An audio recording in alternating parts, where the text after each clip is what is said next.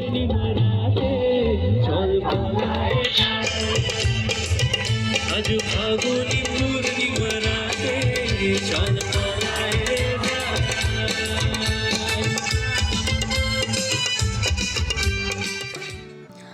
Afternoon বন্ধুরা। আগের ভিডিওতেই তোমাদের বললাম যে আজকে সন্ধেবেলা আমার আর অরূপের একটু বেরোনোর কথা, তাই জন্য খেয়ে দিয়ে রেস্ট নিয়ে উঠে রেডি হতে শুরু করে দিলাম। কারণ যত তাড়াতাড়ি রেডি হব তত তাড়াতাড়ি বেরোতে পারবো। আর ও আমাকে বলে দিয়েছিল যে 4:30-র মধ্যে বেরোতে। ওর যেহেতু পরীক্ষার গার্ড ছিল কলেজে, তাই ও বলেছিল আমি ব্যাক করে আর দমদম আসবো না, তুমি একেবারে তোমার সাথে আমি শোভাবাজার মেট্রোতেই মিট করে নেব। কারণ ওর কলেজ যেহেতু জয়পুরিয়াতে, তাই ও শোভাবাজার স্টেশন থেকে যাতায়াত করে, তাই সেম মেট্রোতেই উঠেছি। কারণ আমিও উঠে যাব দমদম থেকে আর ও শোভাবাজার থেকে উঠে যাবে। তো কোথায় যাচ্ছি আমরা? অনেক ভাবনা চিন্তার পর আমাদের সেই ফেভারিট প্লেস নন্দনেই আমরা যাচ্ছি। কারণ প্রত্যেক বছর নন্দনে না এই সময় খুব সুন্দর গানের একটা অনুষ্ঠান হয়, মানে রোজই কোনো না কোনো আর্টিস্ট আসে, আর আমরা সেখানে একটু নাচানাচি করি, খুব এনজয় করি, তারপরে ডিনার করে বাড়ি চলে যাই। আগের বছর পর্যন্ত একটা বাড়ি ফেরা তাড়া থাকতো, যেহেতু নিউ ব্যারাকপুর ফিরতে হবে। এবছর ফেরার অত তাড়া ছিল না, কারণ দুজন যেহেতু একসাথেই বাড়ি আসবো, তাই একটু লেট করেই আমরা বেরোচ্ছিলাম। অন্য বছর একটু দুপুর আমরা বেরোই, সন্ধ্যের মধ্যে বাড়ি চলে আসি। যাই হোক, তোমাদের সাথে কথা বলতে বলতে রেডিও হয়ে যাচ্ছি। রেডি হওয়াটা একটা বড় ঝামেলা মেয়েদের, কারণ মেয়েরা কিন্তু তাড়াতাড়ি করে রেডি হতে পারে না। আর সবচেয়ে আমার যেটা সমস্যা, সেটা তো চুল নিয়ে আমি কী করবো কিছুই বুঝে উঠতে পারি না। যেহেতু লম্বা হয়ে গেছে অতিরিক্ত, তাই খুলেও পুরো রাখা যায় না, তাই একটা পনিটেল করে নিলাম, তাড়াতাড়ি রেডিও হয়ে গেলাম। কারণ আমাকে 4:30 বেরোতে বলছে, কিন্তু 5:10 অলরেডি বেজে গেছে, তাই জন্য আমি তাড়াহুড়োই করছি। যাই হোক, এবার বেরিয়েই পড়ি নন্দনের উদ্দেশ্যে। আসলে কী বলতো, নন্দনটা না আমাদের দুজনেরই খুব ফেভারিট প্লেস, কারণ আমাদের রিলেশনের শুরুটা এই নন্দনের সিনেমা দেখার মধ্যে দিয়ে হয়েছিল। তাই আমরা কোনো জায়গায় যাওয়ার জায়গা না পেলেই দুজন নন্দনে চলে যাই। আসলে অনেক মেমোরেবল ঘটনা তো তার সাথে জড়িয়ে আছে।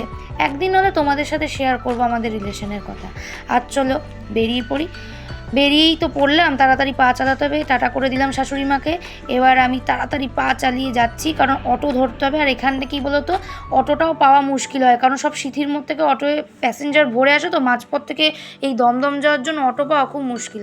যাই হোক, ভাগ্যক্রমে অটোটা তাড়াতাড়ি পেয়েও গেছি এবং মেট্রো স্টেশনে এসে গেছি। এবং ওই দেখো মেট্রো চলে এলো, তাড়াতাড়ি মেট্রোতে উঠে পড়ি। এমনই একটা জায়গায় উঠবো বা বসবো, দেখি কোথায় বসার জায়গা পাই। ঠিক প্রত্যেকবারের মতো আমি ওই সিনিয়র সিটিজেনের সিটি কিন্তু পেয়েছি, যেহেতু বয়সান্দা, যেটা ঠিকই একদম অ্যাপ্রোপ্রিয়েট জায়গায় ঠিক মতো বসে পড়েছি।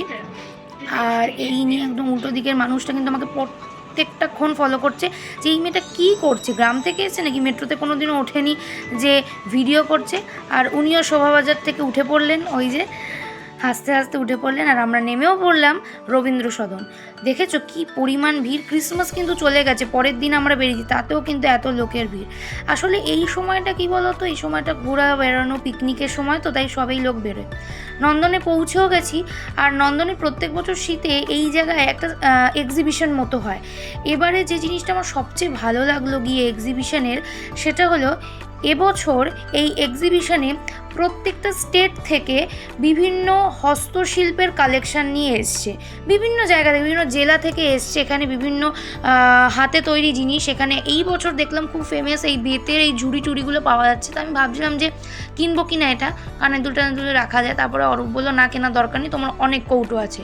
মানে শপিংয়ের নাম শুনলে ও পালায় দূরে, যদিও বা।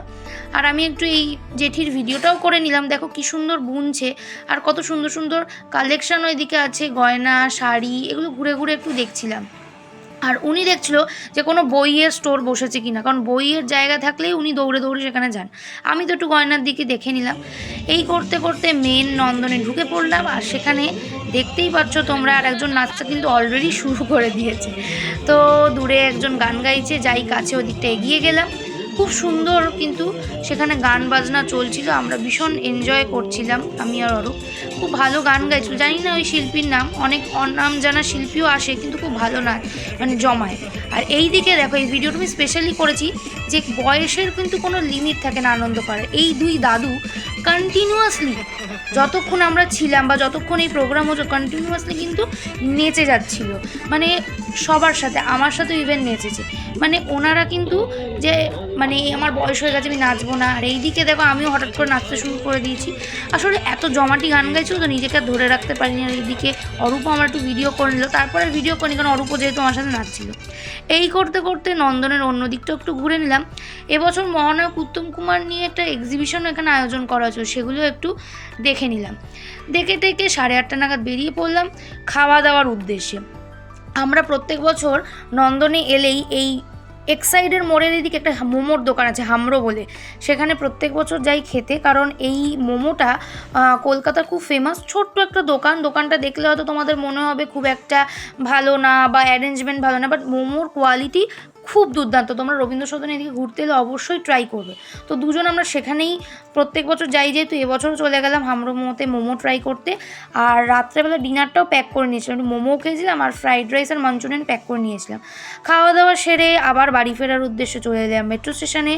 সেখানে দেখি এসে অনেকটাই ফাঁকা ফাঁকা এখন, কারণ অনেকে হয়তো তাড়াতাড়ি বাড়ি ফিরে গেছে বা এখনও ফেরার টাইম হয়নি। এই করে ফিরতে ফিরতে মোটামুটি মেট্রো স্টেশন 9:30 প্রায় বেজে গেছিলো। তো ওয়েট করলাম মেট্রোর জন্য, বেশিক্ষণ করতে হয়নি যদিও বা মেট্রো চলেও এসছে। মেট্রোতে আমরা উঠেও পড়লাম, কারণ বাড়ি ফিরতে হবে, যেহেতু শাশুড়ি মা বাড়িতে নেই, বোনের বাড়ি চলে গেছে বললামই। তো ওই জন্য আমরা একটু তাড়াতাড়ি ফিরলাম, কারণ আবার এসে তালা দিয়ে আবার শুতে হবে, পরের দিন আবার ওর কলেজ আছে। তো এসে ডিনার করতে করতে একটু মুভি দেখে নিলাম এবং আজকের দিনটা এখানেই আমরা শেষ করলাম। আজকের ভিডিও এখানেই শেষ করলাম, পরের ভিডিওতে দেখা হবে। Tata, good night.